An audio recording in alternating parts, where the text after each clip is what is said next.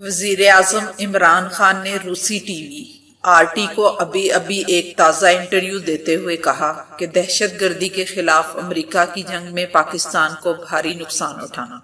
Soviet union کے خلاف جنگ کا فنڈ امریکی خفیہ ایجنسی CIA نے دیا تھا اور پاکستان نے مجاہدین کو تربیت دی۔ ایک عشرے بعد جب امریکہ افغانستان گیا تو کہا گیا کہ یہ جہاد نہیں، یہ دہشت گردی ہے۔ یہ بہت بڑا تضاد تھا جسے میں نے محسوس کیا، جبکہ امریکہ کا اتحادی بننے سے مجاہدین بھی ہمارے خلاف ہو گئے۔ پاکستان کو امریکہ کی اس جنگ میں غیر جانبدار رہنا چاہیے تھا۔ میں شروع سے اس جنگ کے خلاف تھا۔ ہم 9/11 کے بعد امریکہ کی جنگ نہ لڑتے تو ہم دنیا کا خطرناک ملک نہ ہوتے۔ عمران خان نے کہا کہ اتنے نقصانات کے باوجود آخر میں امریکہ کی ناکامی پر ہمیں ہی قصوروار ٹھہرایا گیا اور امریکہ اپنی ناکامیوں کا الزام پاکستان پر عائد کرتا ہے۔ یہ پاکستان کے ساتھ ناانصافی تھی۔ امریکی صدر ڈونلڈ ٹرمپ کی طرف سے یہ بھی بتایا جا رہا تھا کہ امریکہ اور طالبان کے درمیان امن معاہدے کے بعد افغان دھڑوں کے درمیان مذاکرات شروع کیے جائیں گے۔ طالبان کے ساتھ مذاکرات کی منسوخی کے لیے امریکی صدر ٹرمپ کے اس جواز میں زیادہ وزن نہیں ہے کہ امریکہ نے کابل پر طالبان کے حالیہ حملے کی وجہ سے مذاکرات منسوخ کیے ہیں، جس میں ایک امریکی فوجی بھی ہلاک ہوا ہے۔ امریکی توقع سے ظاہر ہوتا ہے کہ مذاکرات کی منسوخی کو دھمکی کے طور پر استعمال کرتے ہوئے طالبان کو معاہدے سے پہلے جنگ بندی پر رضامند کرنا ہے۔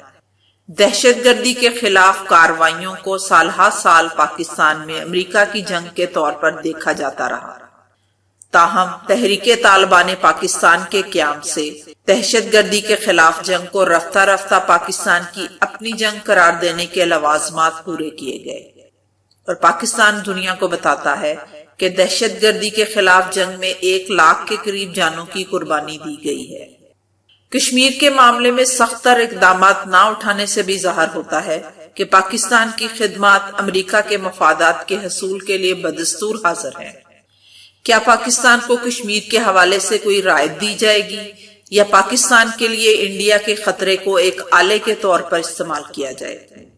17 برس کی لڑائی اور ناخوشگوار تجربات کے طویل سفر کے بعد امریکہ نے طالبان کے ساتھ براہ راست مذاکرات کا راستہ اپنایا تھا۔ یوں لگ رہا تھا کہ دیوار سے سر پھوڑنے کی بجائے امریکہ نے پہلی بار دیوار پر لکھی ہوئی عبارت پڑھنے کا راستہ اپنا لیا ہے۔ طالبان پر یہ امریکہ کا احسان نہیں تھا۔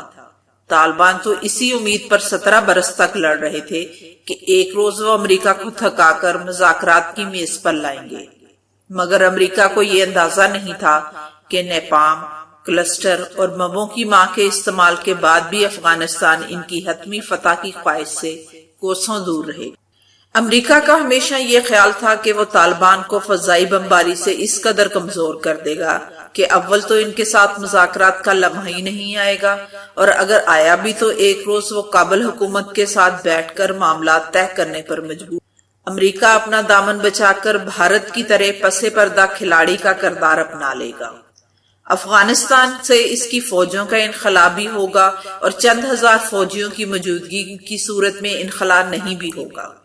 وقت نے امریکہ کو یہ حقیقت باور کرا دی کہ طالبان کی زمینی حقیقت کو تسلیم کیے بغیر وہ افغانستان سے اپنا دامن اور گریبان بچا کر نہیں جا سکتے۔ اس لیے دوحہ مذاکرات کی سیج سجائی گئی۔ دوحہ مذاکرات امریکہ کی طرف سے طالبان کو ایک حقیقت کے طور پر تسلیم کرنے کا آغاز تھا۔ امریکہ نے ان مذاکرات کی نمائندگی زلمے خلیل زاد کی صورت میں ایک ایسے افغان نژاد امریکی کو سونپی جو 17 برس میں امریکہ کی سخت گیر اسٹیبلشمنٹ کی ترجمانی کرتے ہوئے افغان مزاحمت کو دہشت گردی اور اسے پاکستان کی پیدا کردہ تحریک قرار دیتا رہا۔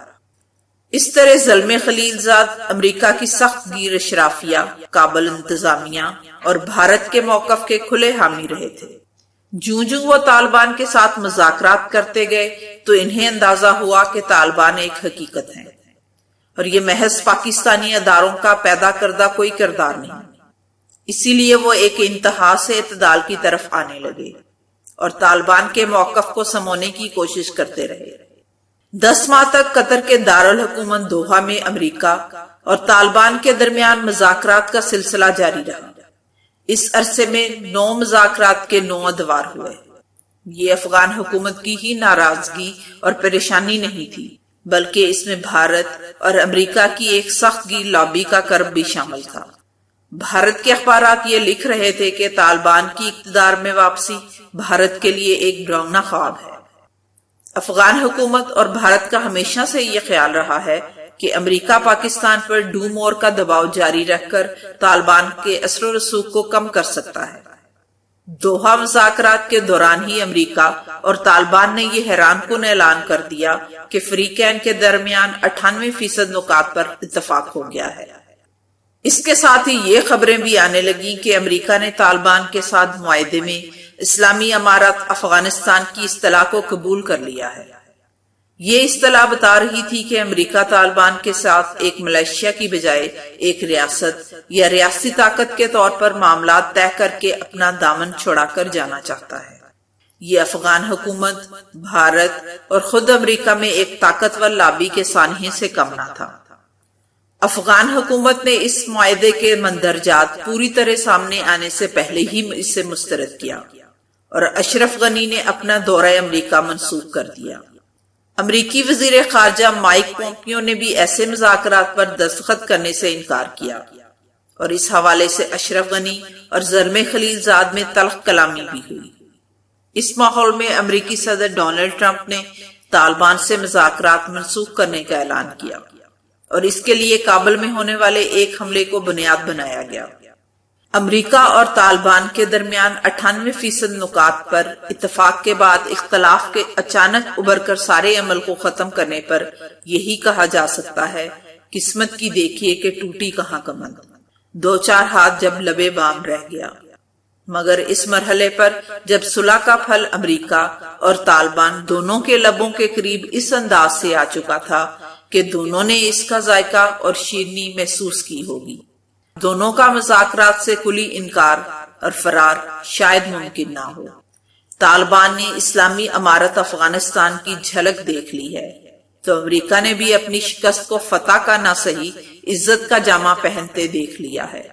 دونوں زیادہ دیر تک ترک تعلقات پر قائم نہیں رہ سکیں گے۔